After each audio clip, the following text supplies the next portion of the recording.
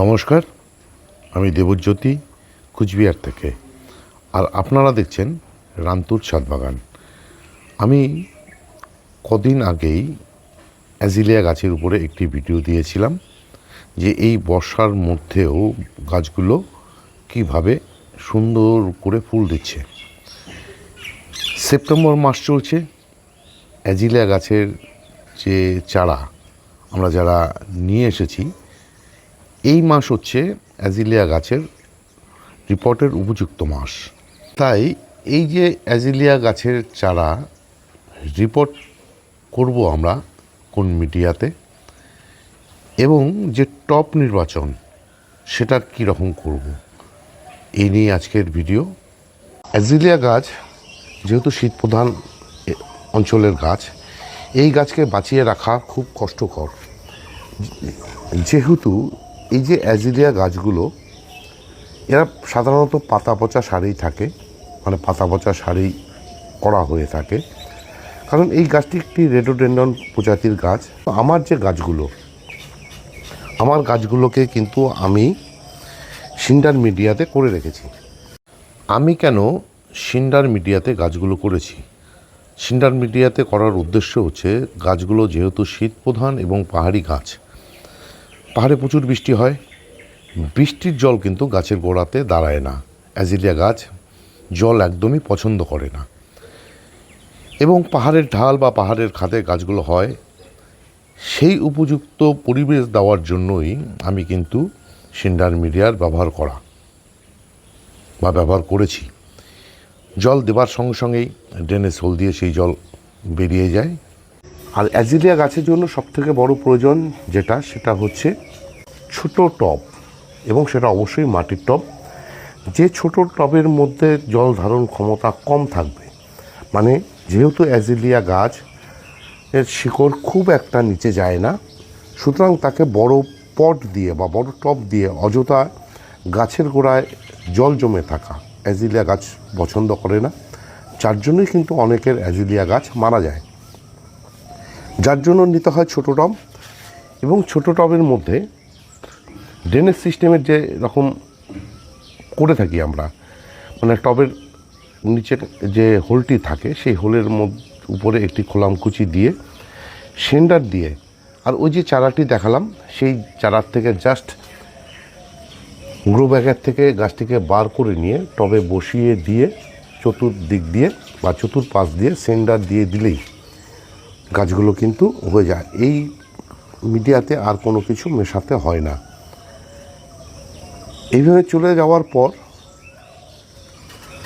প্রথম যেদিন জল দিয়ে দিলেন গাছটিতে, তারপরে যেদিন জল দেবেন পরের দিন, যেহেতু সিন্ডার মিডিয়াতে জলের চাহিদা খুব থাকবে, হিউমিক অ্যাসিড মিশ্রিত জল আপনাদেরকে গাছের গোড়াতে দিয়ে দিতে হবে। দিয়ে দেওয়ার পর পরের সপ্তাহ থেকে আপনারা 1 মাস 1261 যে এনপিকে, সেটা 1 লিটার জলে 1 গ্রাম করে গাছের স্প্রে এবং গোড়াতে দিয়ে দেবেন। দিয়ে দেওয়ার পর আপনারা যদি গাছে তৈরি করে নিতে চান, তাহলে আপনাদেরকে প্রতি সপ্তাহে ব্যালেন্স এমপিকে দিয়ে যেতে হবে। সে 19-19 হতে পারে, 20-20 হতে পারে। দিয়ে দেওয়ার পর গাছটি যখন ফুল নেওয়ার সময় হবে, সে সময় আপনারা পটাশিয়াম জাতীয় যে সমস্ত খাদ্যগুলো রয়েছে, এনপিকেগুলো, সে সমস্ত খাবার দিয়ে দিলেই কিন্তু গাছগুলোতে হয়ে যায়। এছাড়া গাছগুলোতে মাসে 2 বার করে এপসাম সল্ট এবং মাইক্রোনিউট্রিয়েন্ট, তার মধ্যে মাইক্রোনিউট্রিয়েন্ট যেটা দিতে হবে সেটা অবশ্যই সেটা মৌমিন, কারণ মৌমিনের মধ্যে আয়রনের পরিমাণ একটু বেশি থাকে। অ্যাজিলিয়া গাছের যেটা সমস্যা সেটা হচ্ছে ডেফিসিয়েন্সি দেখা যায়, আয়রনের ডেফিসিয়েন্সি, যার জন্য পাতা ফ্যাকাশে হয়ে যায়, এবং ফ্যাকাশে হতে হতে কিন্তু অ্যাজিলিয়া গাছগুলো মারা যায়। এছাড়া অ্যাজিলিয়া গাছের রোগ হয়, পোকা কিন্তু দেখা যায় না। কারণ আমার যে অ্যাজিলিয়া গাছগুলো রয়েছে, অ্যাজিলিয়া গাছগুলোতে আমি কিন্তু কোনো দিন পোকা ধরতে দেখিনি।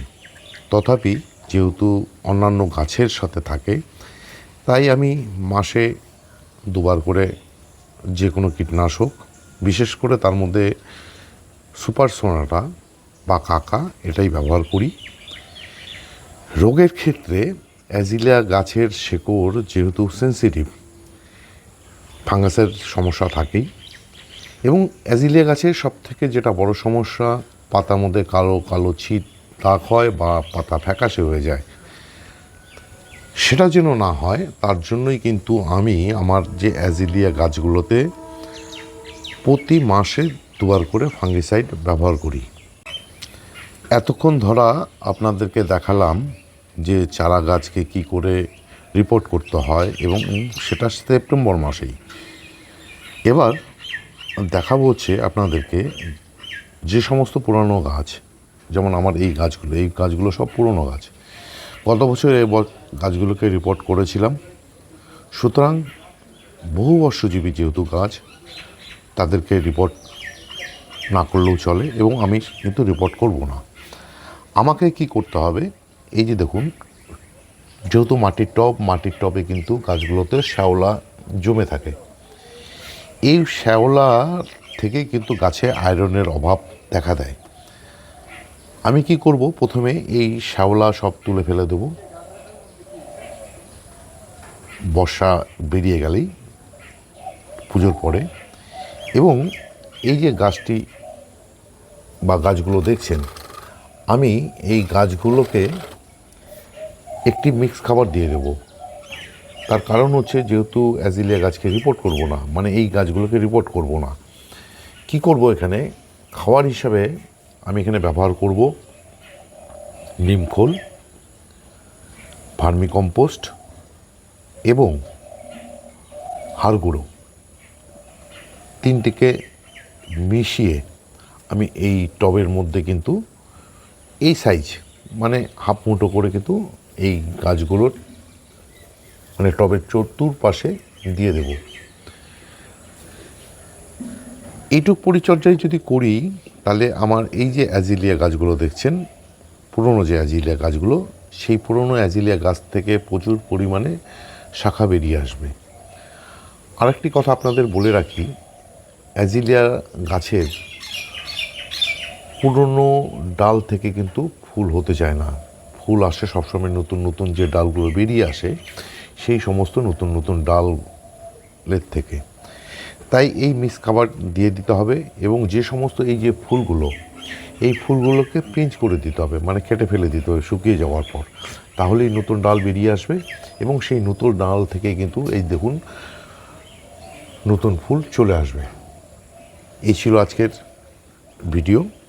ভিডিওটি যদি ভালো লেগে থাকে তাহলে একটি লাইক দেবেন, কমেন্ট করবেন এবং আমার চ্যানেলটি যদি সাবস্ক্রাইব করা না থাকে তাহলে চ্যানেলটি অবশ্যই সাবস্ক্রাইব করে নেবেন।